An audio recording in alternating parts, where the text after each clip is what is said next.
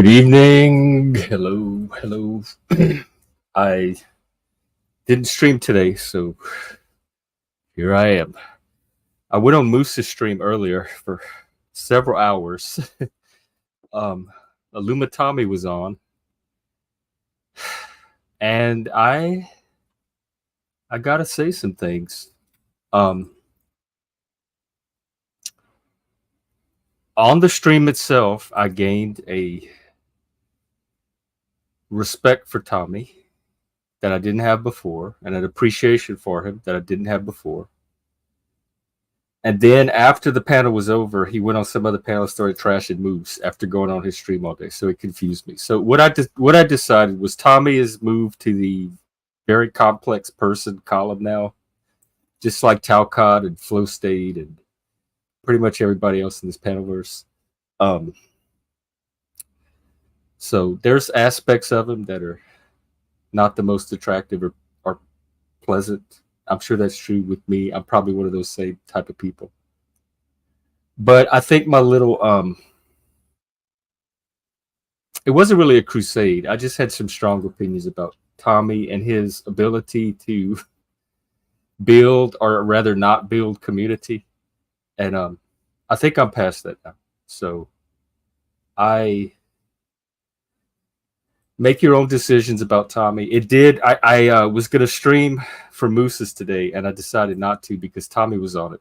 And I made the right decision because it abounded in words, stuff like that. So make up your own mind about Tommy. I have mine, and it's different than it was before.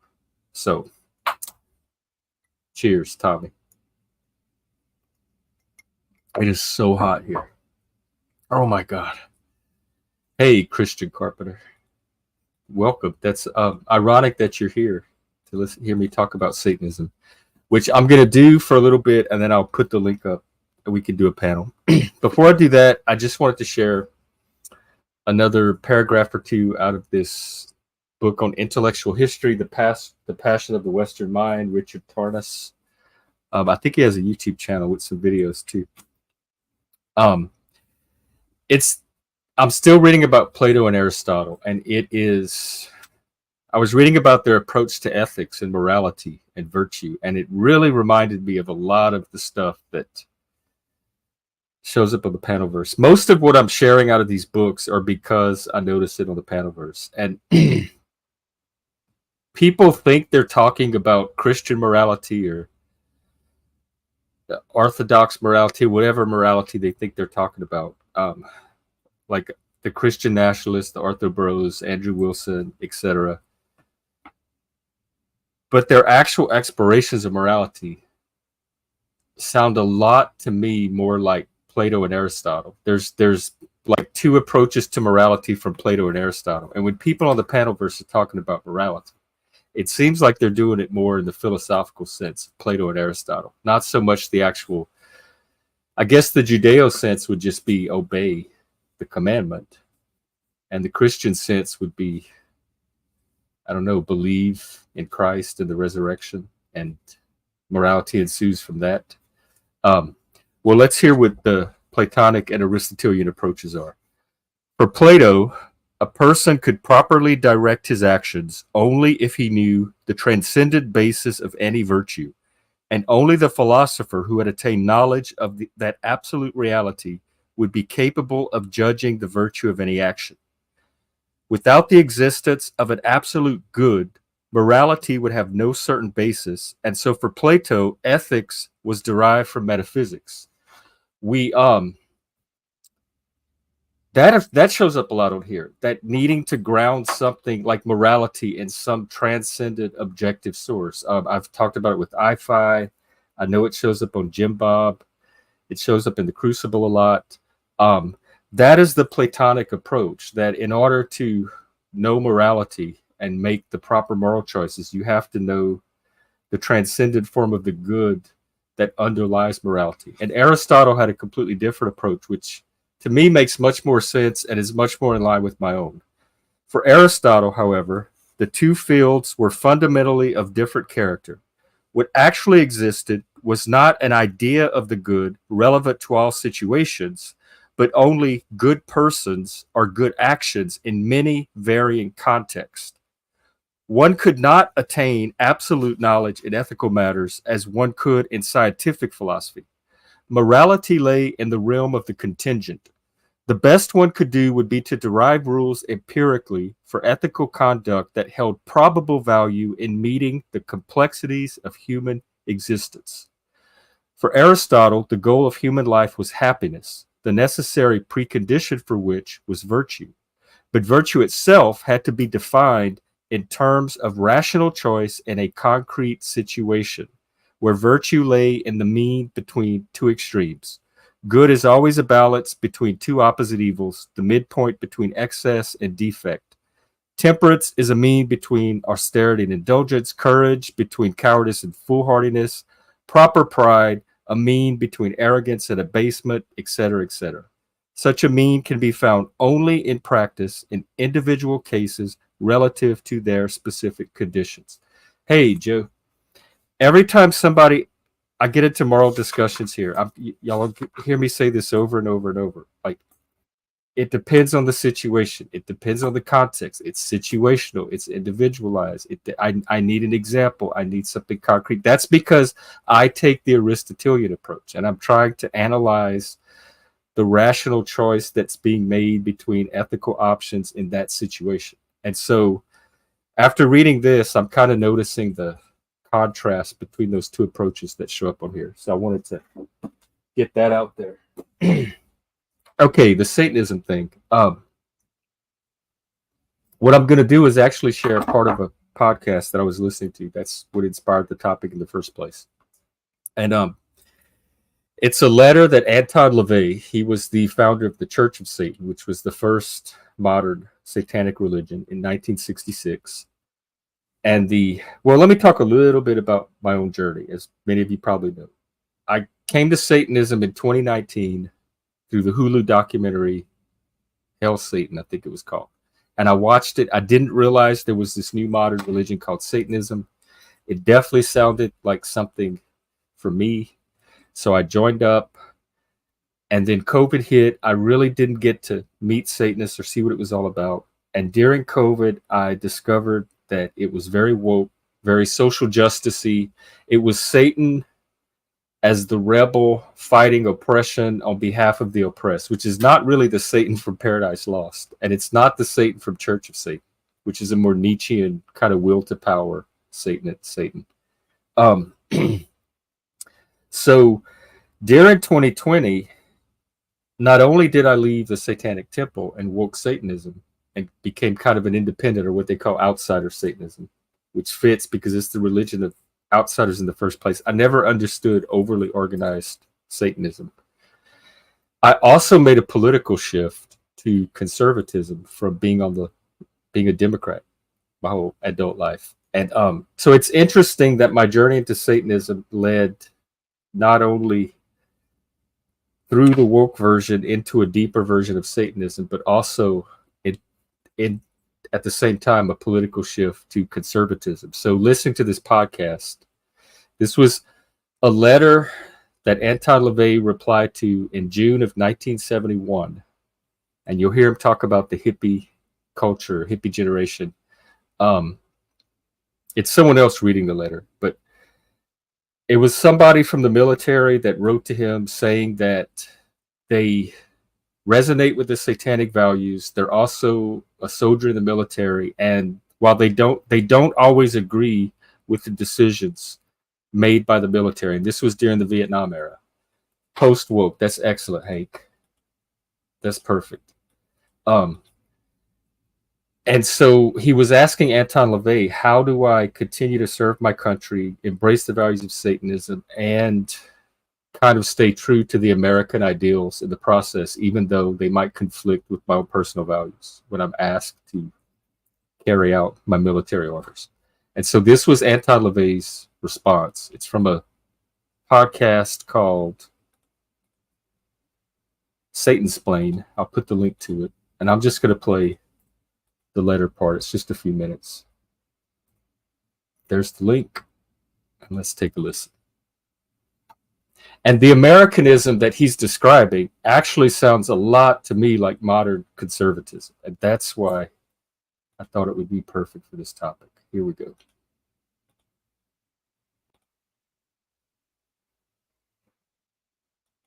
Dear Private W, I can sympathize with your predicament, and I trust I will be able to offer some encouragement.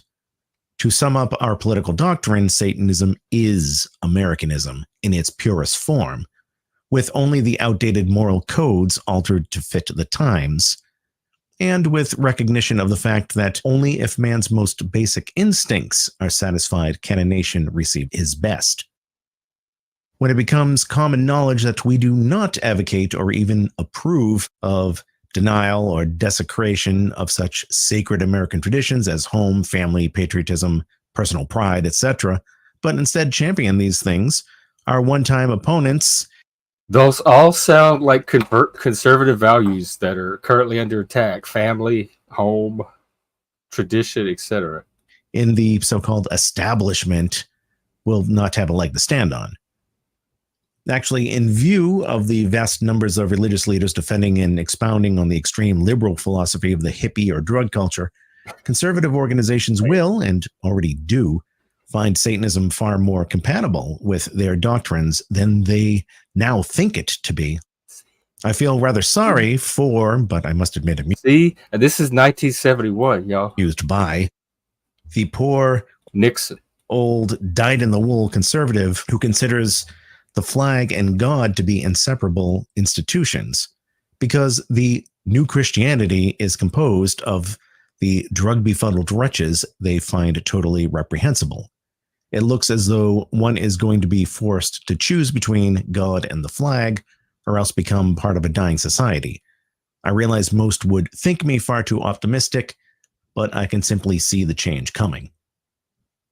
I think back just 5 short years ago when I formally founded the Church of Satan, how many theologians were admitting to the irrationality and inconsistencies of their religions. Practically none. And once the stern, unyielding Christian churches have admitted their errors, they might as well admit to defeat. It is in young people such as yourself, proud walkers of the left-hand path, whom I place my faith for the future of this, our fair land. America shall indeed have a bright future once she has weathered the storm of those two opposing factions who respectively hate and love her, but would see her torn asunder in order to prove their respective points. Wow. Love for one's country must be shown in much the same way as love for another person. We must be able to see her faults and work towards changing them without robbing her of all pride and dignity in the process. On the other hand, we must not blindly accept her faults and constantly make excuses for her, for that is not love, it is infatuation. And that concludes Dr. LeVay's response. I think I might have some of that infatuation. So it sounds like what he's describing is the two extremes that we see today, the extreme right, like the people that can't separate God and the flag, and then the people on the left, the hippie drug wretches, he called them. And it's interesting to me that there seems to be a Satanism for both sides, because the left has definitely appropriated Satanism. Most modern Satanism today, I would consider leftist Satanism. Satan is champion of the oppressed. And the right-wing version that he talks about defending family, like nuclear family. Now, whoever thought Satan would be... I was watching also the American Revolution documentaries, and there's like the before the revolution started, the kind of like the people that were involved. There were a lot of... I think it would be very inspirational to a Satanist. It was a lot of strong feelings about personal freedom and tyranny, and like who should rule you and to what extent they should rule you, etc. And so I think some of those values show up even at the beginning of the country. But I was finding it weird how... Let me see if I can explain this. You had the Christian, like there was a big Christian element to the founding of the country, but there were also some rationalists, like Enlightenment rationalists, that were aware of Athenian democracy and the Greek Enlightenment, et cetera, Plato, Aristotle. And they seem to be in tension, but when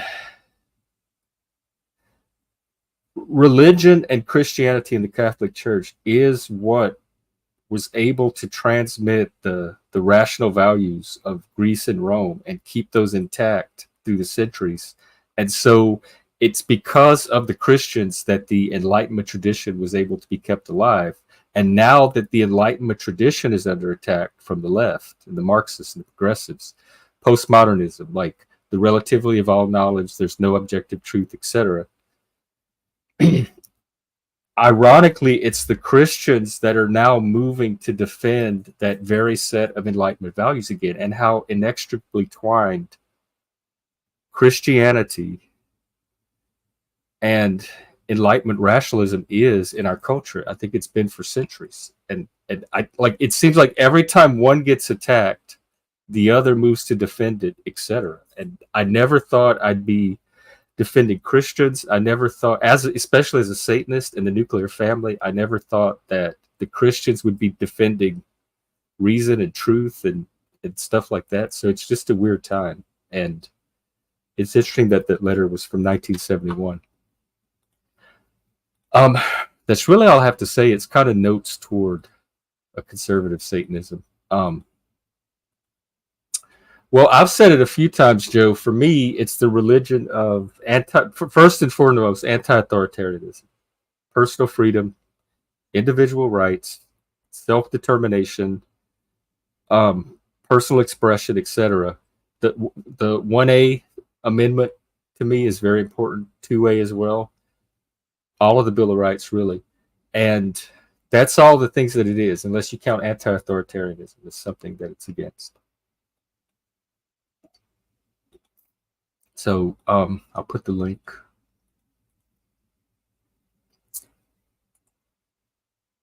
And it says open panel, but it's still whoever I feel like having a conversation with.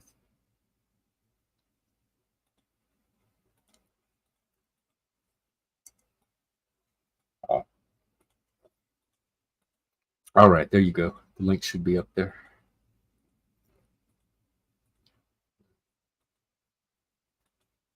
Yeah, you kind of are. There's a lot of crypto Satanists. I've called Flow one for a while now. Of the Devil's Party without knowing it.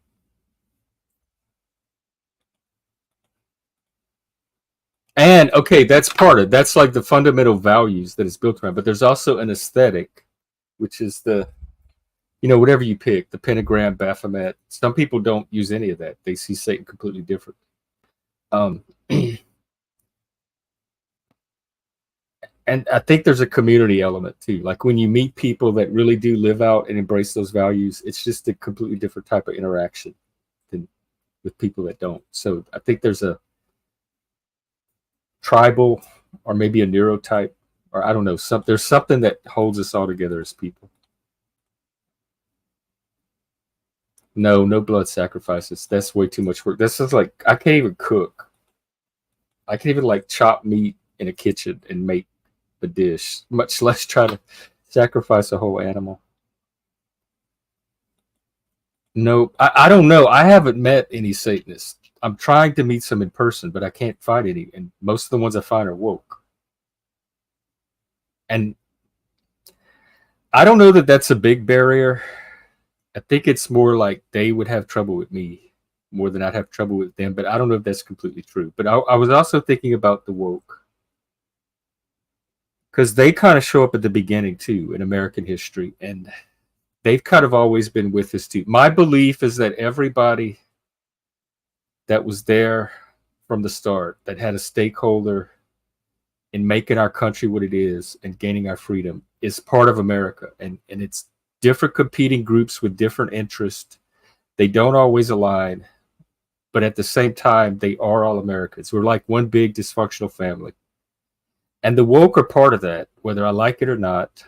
Progressivism is part of the American fabric. I just need to make my peace with it somehow. And for me, it is the authoritarianism, the managerialism, the paternalism, the top-down policies that are coming out of it more than anything else, which I think is anti-American to begin with, that form of tyranny.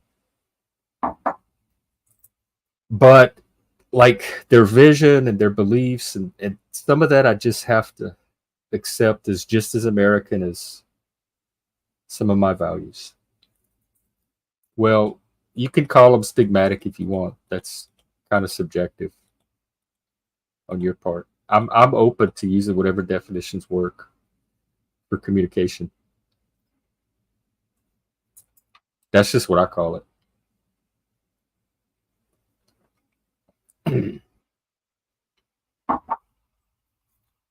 I could call it like DEI, which sounds clunky, like technical, but I think it's more than just DEI. It's a whole constellation of ideological and philosophical strands.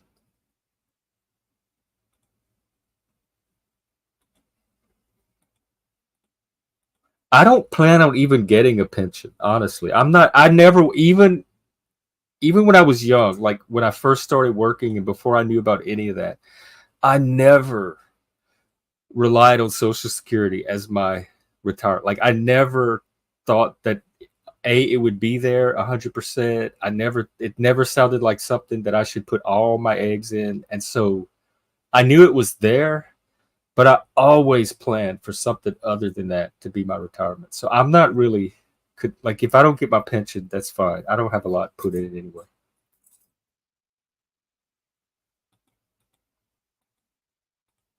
For me, it is the implicit bias, unconscious bias, superstition. It doesn't hold up to the same scientific validity as like the rest of natural sciences. If you use soft science methodology, I'm still not convinced even using that methodology, but it does convince some people. It has like enough of a pseudoscientific basis to it to convince some people. I don't think it's scientifically valid enough to base policy on, any more than I think religion is. We should be basing policy on. And I don't think it helps to. It's divisive. It paints everybody as secretly malign, and I don't think that's true about most Americans. I think most of us want to come together and build a amazing, awesome country together.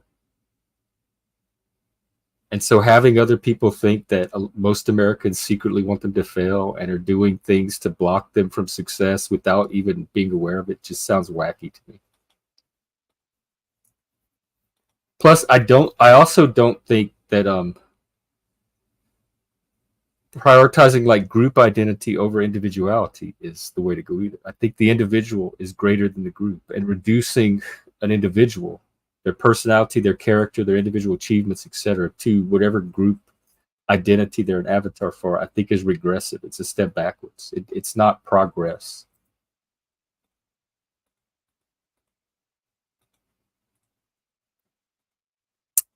So that's all I got to say about that. And y'all can come up if you want. Talk, debate.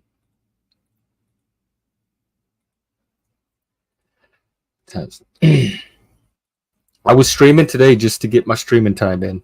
I didn't restream Moose's because of Tommy. Otherwise, I would have counted that one. So I'll leave it going for another 20, 30 minutes, and then I will go do something else.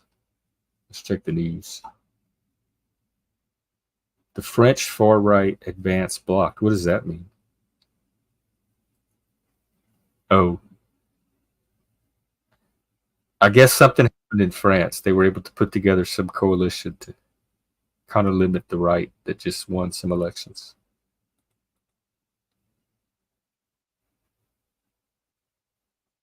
Other than that, it doesn't look like much going on.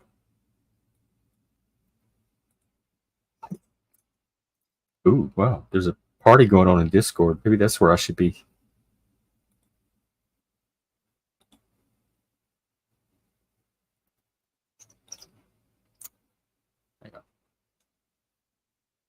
Well, I don't really have much else.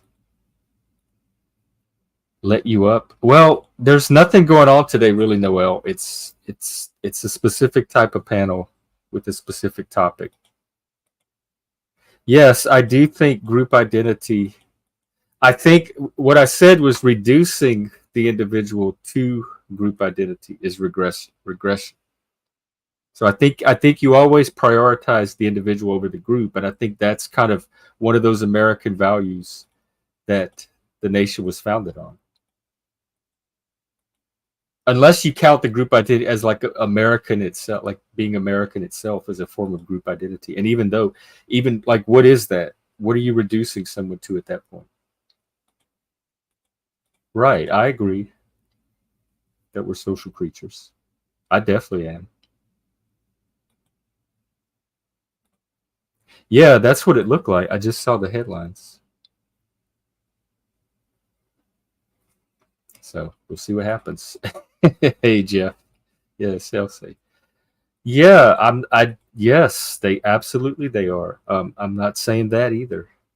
Um, I'm just saying reducing the individual, having their group membership, their membership in some identity group be the most significant or salient thing about them, or the most important thing about them over and above their individual character, seems regressive because the idea of the individual emerged from kind of the collectivism of the societies before. And again, like going back to Greece, what I've been talking around the streams. And so it's like an innovation on that. So to me, it's more precious, and we should be preserving it. And to go back to something prior to that is the very definition to me of regressing.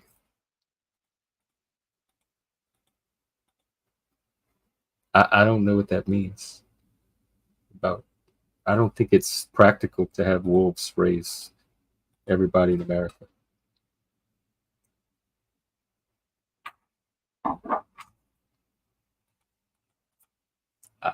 Do you mean like the pack hierarchy? Yeah, yeah, absolutely, they do. I don't. I think we're talking past each other. I really do. I don't disagree with any of this.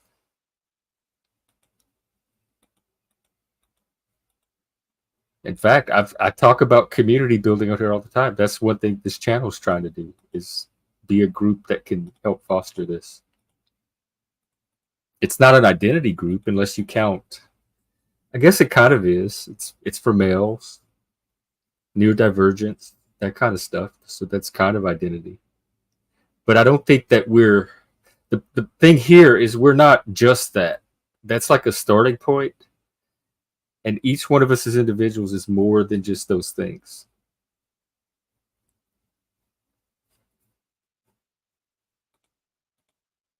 But from the woke side, it's like you only have value. They don't care about the individual at all. It's all about group outcomes.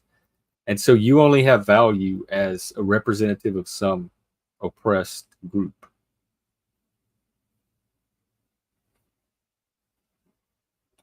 And really, for me, being a rationalist, I can never get the logic to ever make sense. So that alone would keep me out of it. Like above and outside of any moral objections I have to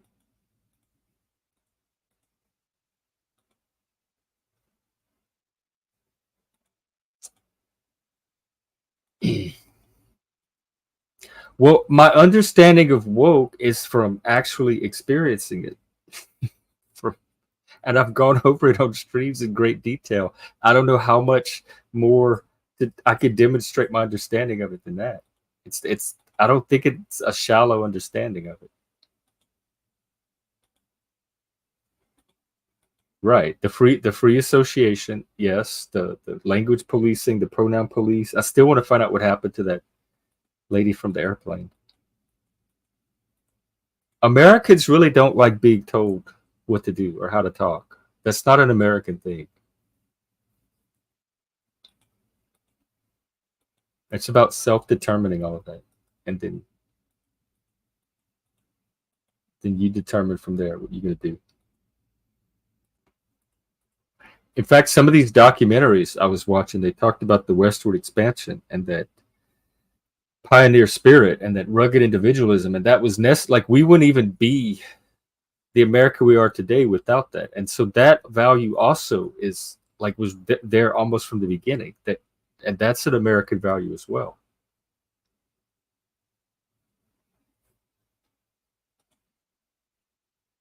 No, it's not. What does that sound like a cogent definition to you?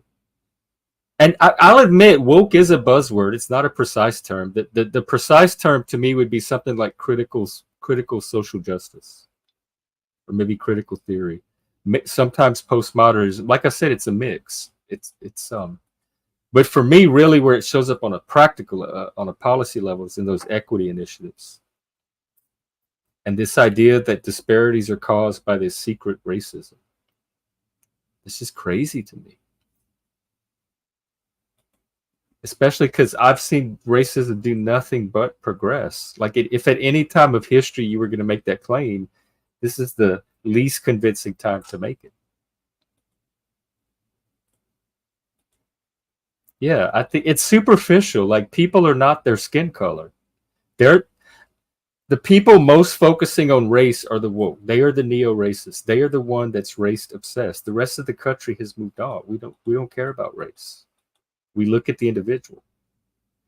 And here in Seattle, at some of the trainings, they actually separate the class into black people and white people. And they have what's called a black caucus and a white caucus. That's segregate. Being from the South, I take that shit seriously. That's segregation to me. And to see progressives are the ones doing it, when did that happen? They're also the ones shutting down gifted programs because apparently it makes people feel bad, or it's racist, or both. You're not going to convince me those are good policies, or those are policies that support my values, which are intellectual values first and foremost.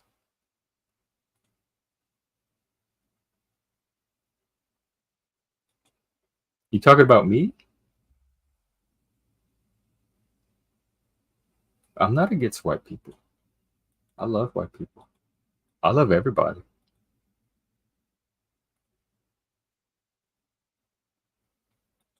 Right. I agree. Not laws. We're on the same page. I agree.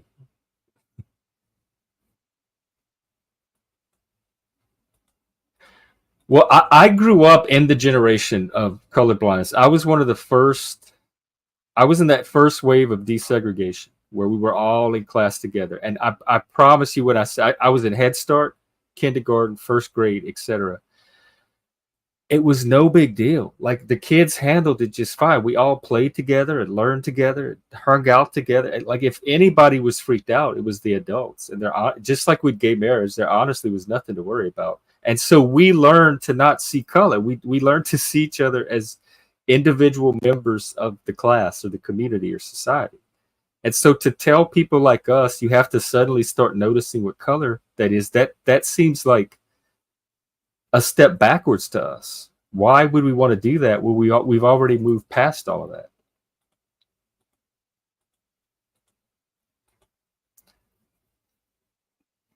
I agree on this too. I would love to. I don't think it's going to happen, but I would love to find a way to bring some manufacturing and industry back, or create new industries. I think we need that. We need a vibrant working class. We need a middle class. Like that is so much of America. But I don't know what DEI has to do with any of that. You could do all of that without focusing on race. Even things like one way it was explained to me at a mental health conference I went to is that in a hospital, like say in the ER, the ICU unit or whatever, if a black person presses the call button, the staff at the hospital are going to take more time to answer it than if it was a white person. First of all, I've been in hospitals. I've worked in hospitals. My mom worked in a hospital. My partner worked in a hospital. Like I have been part of hospitals since I was a kid. I have never seen someone not answer a call button when it rings. And when you're in that hospital environment, you're not paying attention to, oh, that was a black person that just answered the call, but I'm just going to take my time. I don't have to rush over to her. Like the idea that they think this is a widespread thing, they've never been in a hospital. They've never worked in that environment.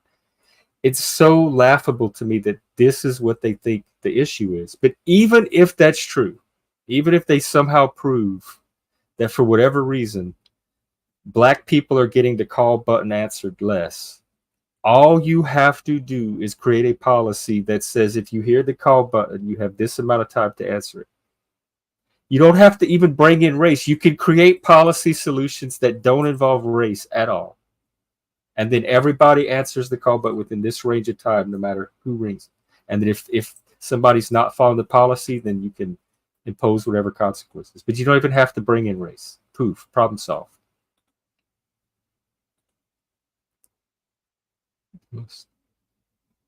Yeah, I don't think you can force this kind of progress either. You can't force language evolution. It happens organically, and people have to kind of consent to naturally or organically adopting the language. And I don't think you can socially engineer the kind of long-term change that they want to see, that I don't even think needs changing. That I don't know. Not lost. I don't know anything about that. Corporate socialism, I've heard, where corporations receive a bunch of money. That I don't know anything about that. Just on the surface, from a distance, it doesn't sound like something that is fair. I don't know, but maybe there is a reason they're getting it. We need driven intelligence. Yes, yes. Well, I don't know what. I agree with the first part. Yes, driven intelligent people. I don't know what they've suffered or not has to do with whether they can be a lead, like leadership. And you don't know. How do you know what any given seat? Are you the one that said, look at a picture of Congress, look at all the Republicans, why are they white and old? I don't know how you could look at a picture of a CEO and know what he suffered or not to get there. I think there's some shallow narrative building going on, which is another issue I have with the woke. Is their narratives are very shallow, like something that would appeal to a child. There's not a lot of nuance or complexity, which I guess is the point. They want it transmissible. All right, I'll go for like 20 more minutes. Try to make the hour.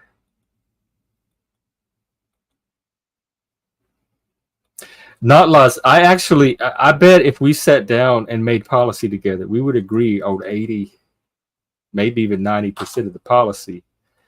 My only obstacle would be why the race stuff has to come.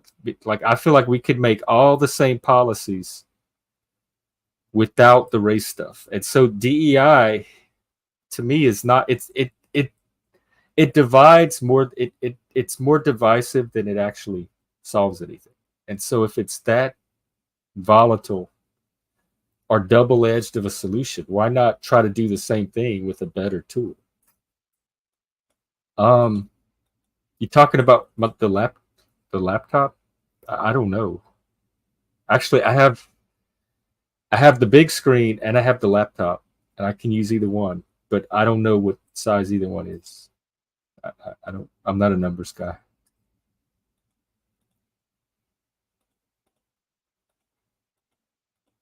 No, I don't know how it's working. It doesn't seem to be working that way. In fact, the studies that I've read on implicit bias seems to say that even after they implement these tools and train people and test for bias and all that, it doesn't seem to actually change the behavior of the people or the outcomes much, even if after they bring all this out in the open. I don't know how it's working, but I don't think we need it at all. I don't think the problem is as great as they say it is. So I don't think we even need the amount of resources we're diverting to it. And B, I think I can think of probably 100 different solutions better than what the DEI people come up with. So even if that is the problem, I can envision better solutions. that are superior to what the equity people are coming up with.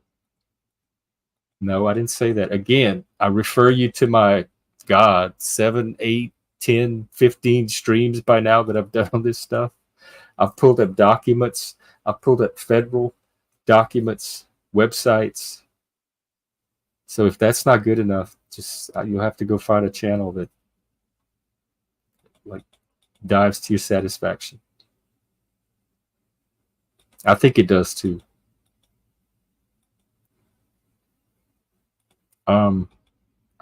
Okay, like I said, go watch the stream and see if you think it's feeling over knowing.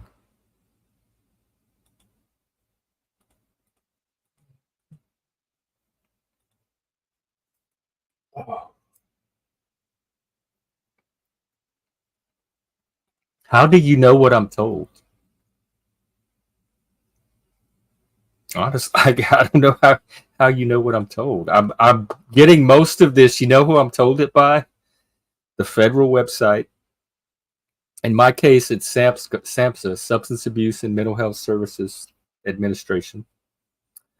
The Washington State Department of Diversity, Equity, Inclusion. It's a state department, official part of the state government. So they have websites with information, resources, PDFs, all kinds of stuff. So a lot of it's coming from that.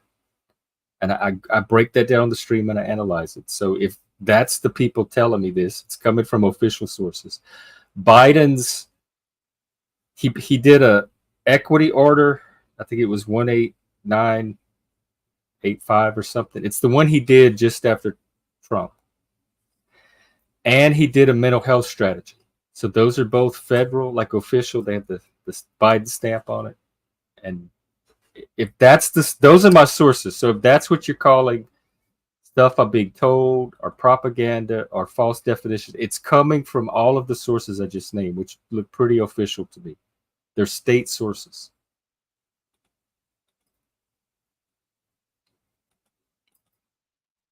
I don't think it's like that at all. So I don't.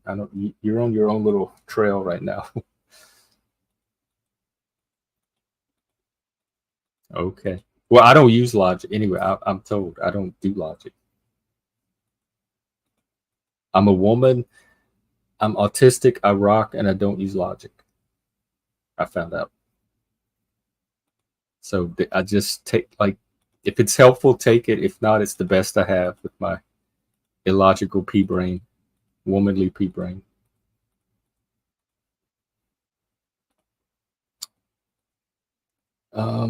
About 15 minutes. Nobody wants to come up?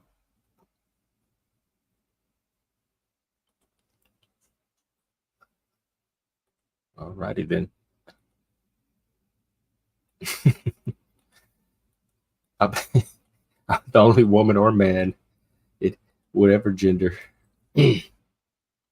There's also there's a concept somebody introduced me to from the autism community called epigender.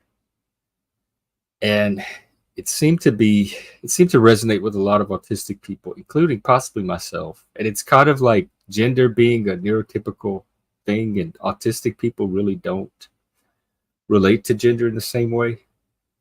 And I think that's kind of true for me too. Gender didn't really mean much growing up. I mean, I knew I was a boy, and I was okay with it. And I remember though some of the people at school would they'd ask me if I was a boy or a girl, and that always confused me because I think, why would you think I was a girl? Like, you see me go in the boys' bathroom, you see me dress like a boy, I have pants, shirt, you see me play with the boys at recess. I have no idea why they would come up and ask me if I was a boy or a girl. They just it seemed like they were intellectually defective somehow.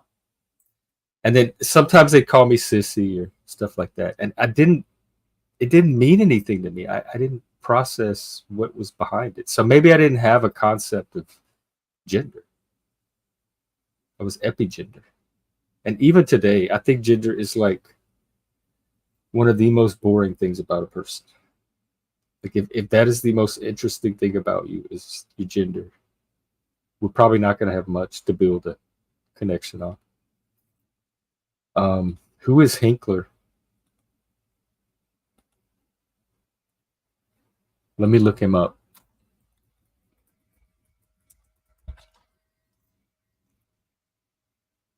Is it the Hinkler twins? Austin John Winkler, Emily Hinkler. Who is Hinkler? I don't know him.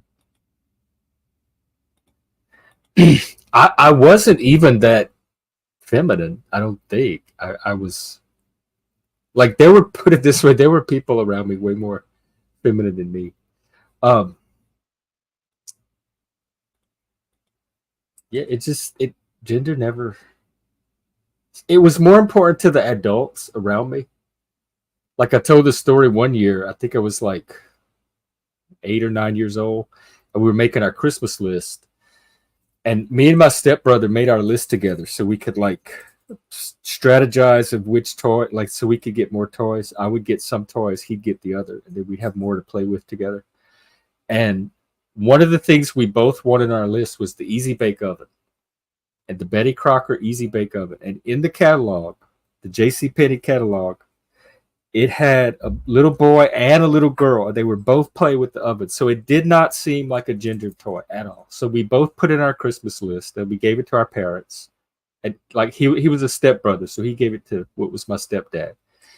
And the stepdad freaked out, and he's like, "No son of mine is getting an Easy Bake Oven for Christmas. That's a girl's toy." Blah blah blah. And it caused this big fight between him and my mom. And I didn't understand it as a kid, why this toy would cause so much commotion. And it ended up that Christmas they bought separate toys for their, so my mom bought the toys for us with what she could afford, and he bought all these fancy toys for his kids, and separate from, and we had like the same Christmas but separate gifts. And he tried to outdo everybody with the gifts, and nobody cared. Everybody thought it was stupid. It totally blew up in his face. And I never, to this day, nobody understood what the freak out was over that. And so stuff like that happened.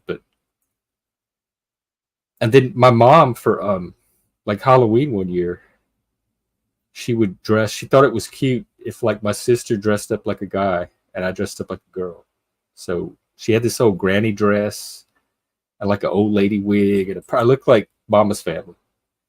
And my sister, we like painted a little mustache on her and put her some overalls. And then we showed up at the Halloween party, and none of my class recognized me at all. It took them like 20 minutes to realize that it was me. But I didn't feel any type of way. I felt like Jeff in a Halloween costume. So I guess gender doesn't seem that. Now I understand energy, like what masculinity is, or masculine energy, or female energy, etc. But it is that gender? I don't know. I don't know if anybody knows anymore.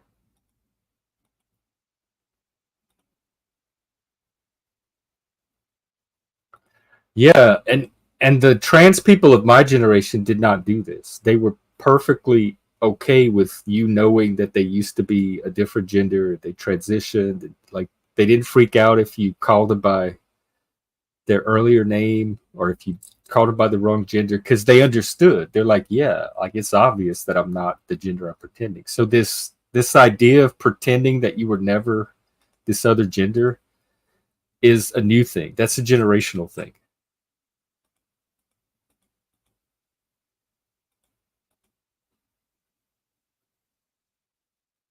Well,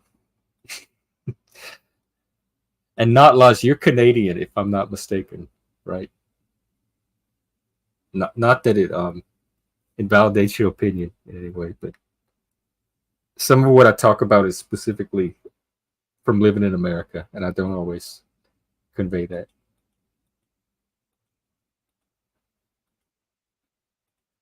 Definitely not. I can't pretend. Like that's thought police at that point. They can pass a law requiring me to call them a certain thing, but in my mind, I cannot pretend that I think they're actually that thing. And some people probably feel that way about gay marriage. Like they can't, if they see two guys that are married, there may be some people that just can't really see that as a real marriage. Which I'm fine with that as long as the U.S. government treats it as a real marriage, and the IRS. That's the only people I need to treat it as a marriage. Not Laws. I'm glad you brought this up because I did several streams on this too. Do you know about queer theory and their agenda to sexualize children as early as possible? They call it reclaiming childhood innocence. They think it's a patriarchal construct. This is in their own academic writings. If you think it's propaganda, then it's their propaganda. It's coming from them. That is what is behind the freak out over the kids. It's not necessarily drag queens themselves, but it's drag queens can't seem to stop the drag show from becoming over sexualized. And when they combine that with what they're reading in this queer theory, it really freaks them out. It kind of disturbs me too, to be honest. And lowering the age of consent, bringing back things like MAPS, NAMBLA, all the groups we were trying to keep out of our gay marches and stuff. So there is a reason behind. It's not what it looks like on the surface. And I wish more people would look at the queer theory stuff. Well, like I said, if I'm brainwashed, it's by their own writing. There's a academic discipline, you could look it up, called queer theory. Judith Butler, Hannah Dyer, Gail Rubin, Michelle Foucault, Gail, is it Rubenstein? There's others, and their writings. That's who I'm talking about. So if that's what's brainwashing me, it's their own. This is coming from the queer theorists themselves. Oh, but not Laws. This is where you're wrong. That's why I'm urging you to look into queer theory.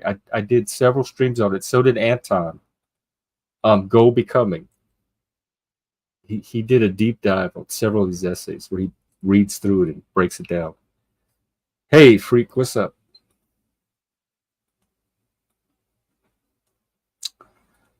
Freak, do you want to come up at all? You said that you had some information you want to share.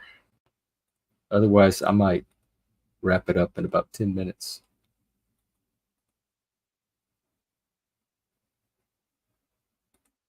And because Foucault is considered the father of queer theory, he's one of the founders of queer theory.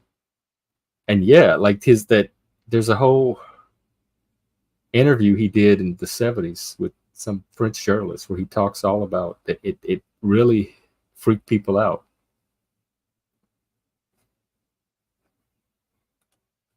Yeah, I think antler theory would be much more useful. Well, it doesn't matter if they believe that. This is coming out of the discipline called queer theory. Like if somebody wants to study queerness at college and major in it, this is what they're going to learn. So it's coming out of the colleges, just like the DEI stuff. And we see what's happening with the DEI. So why would it be unreasonable to assume it's going to happen with this stuff too? And Little Miss Hot Mess, the drag queen that started Drag Queen Story Hour, wrote a paper with this other academic where they explicitly lay out that it is an attempt to subvert educational norms and queer education, and they lay out their agenda in this paper. So it's stuff like that. Whether actual queer people believe it, Little Miss Hot Mess believes it, and they support her organization, Drag Queen Story Hour. So it's like the one handshake away thing. I don't fault people for getting anxious about it. And if there's enough queer people that don't believe it, I'll tell you what they do. They need to stand up and denounce it, because that's what we did in my generation when it wanted to be part of our parades and our groups. We said, no, that's not what our gay rights is about. That's not what we're fighting for or advocating for. You can't be in our parades. We drew a line and we said no. And that would solve the problem right there. So if the queer people really don't feel this way, that's what they could do. I told you where I read it. I've done so many Twitter threads on this where I post the articles.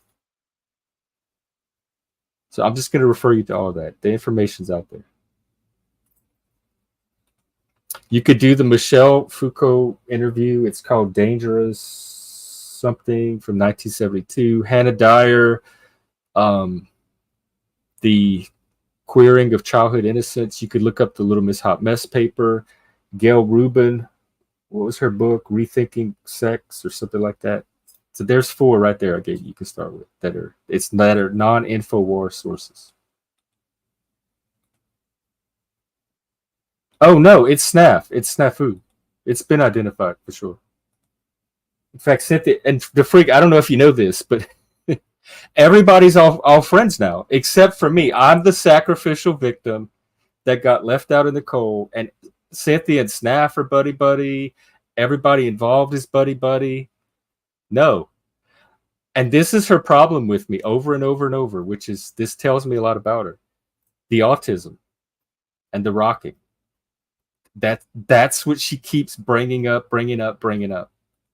So I think she's ableist. I think she's a bigot, even though I think she's neurodivergent herself. And that shows the whole time she's pretending we were close, your friend. The autism was bothering her the whole time. And when she talked about the preacher, we talked about the preacher possibly being neurodivergent. So yeah, no apology to me. No, she apologized to Moose, everything. And I'm still a horrible person that's two-faced, and I rock, and I'm autistic. She brought up that autism so many times. That's the same thing Chris did. He came at me for the autism. So when they get in their feels, they find something to attack that they think is going to hurt.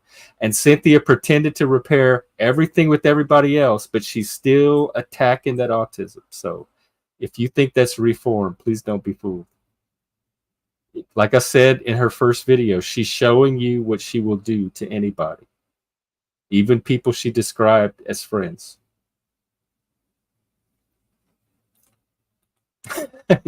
That's true, Hank. But I did agree to play that role when I made the panel.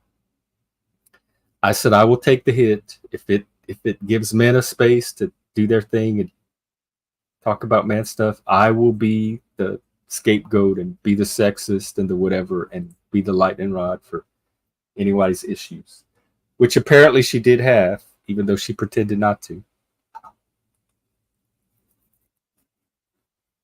Right.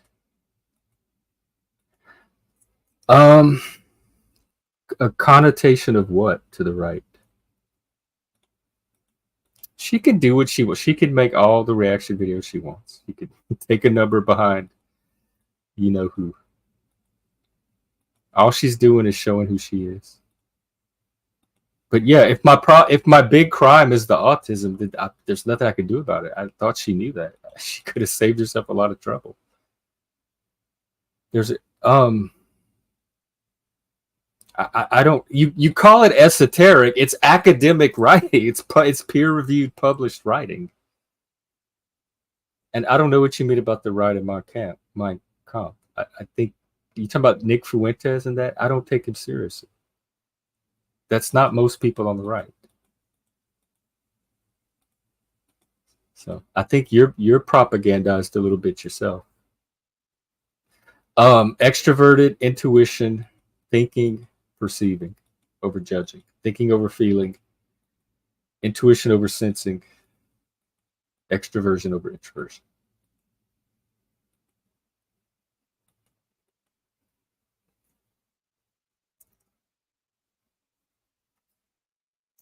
All right, one more minute. Then I'm wrapping it up. Unless somebody wants to come on.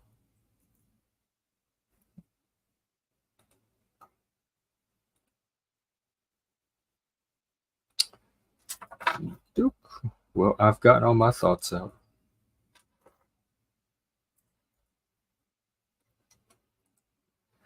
All right, well, I will. Let me see if anybody's streaming right now.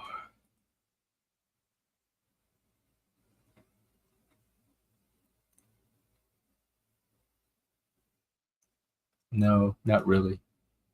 Trippycast is stream hopping. Oh, I think it's about to end. Oh well. Yeah, it doesn't look like anybody's really streaming right now.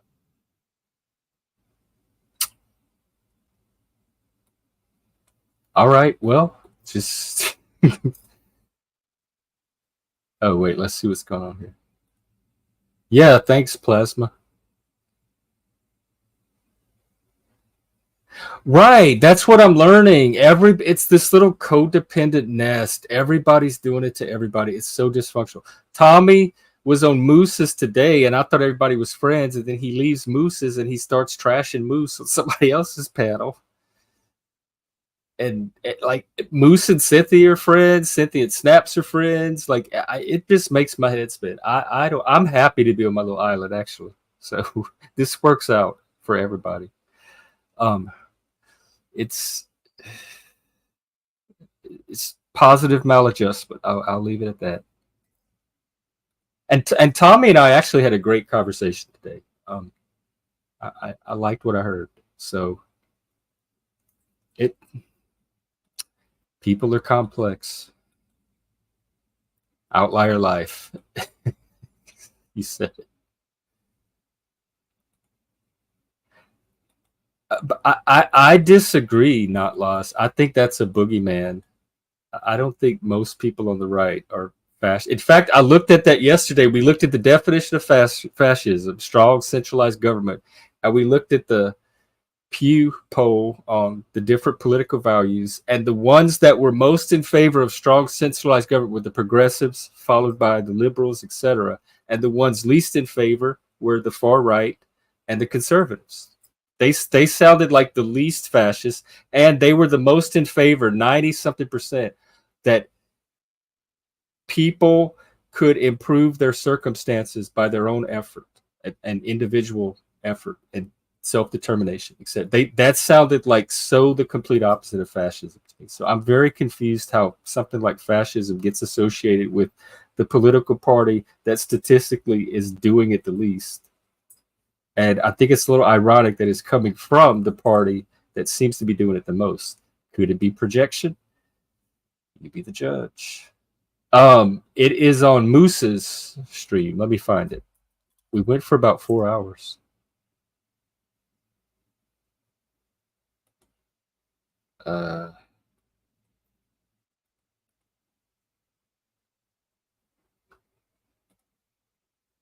Here we go. Yeah, it was a fantastic conversation until until the N word started, and then it shifted to a whole new chapter.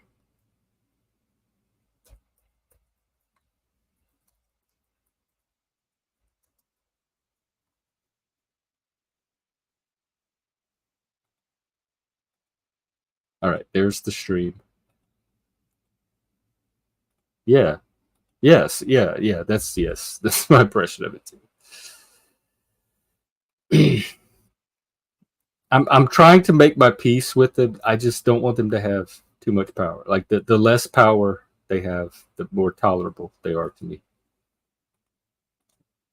So that's my goal, is to limit their power. All right. Well, I had fun. Thanks for hanging out, everyone, and I will see y'all tomorrow sometime. Have a good week. Have a good rest of your Sunday.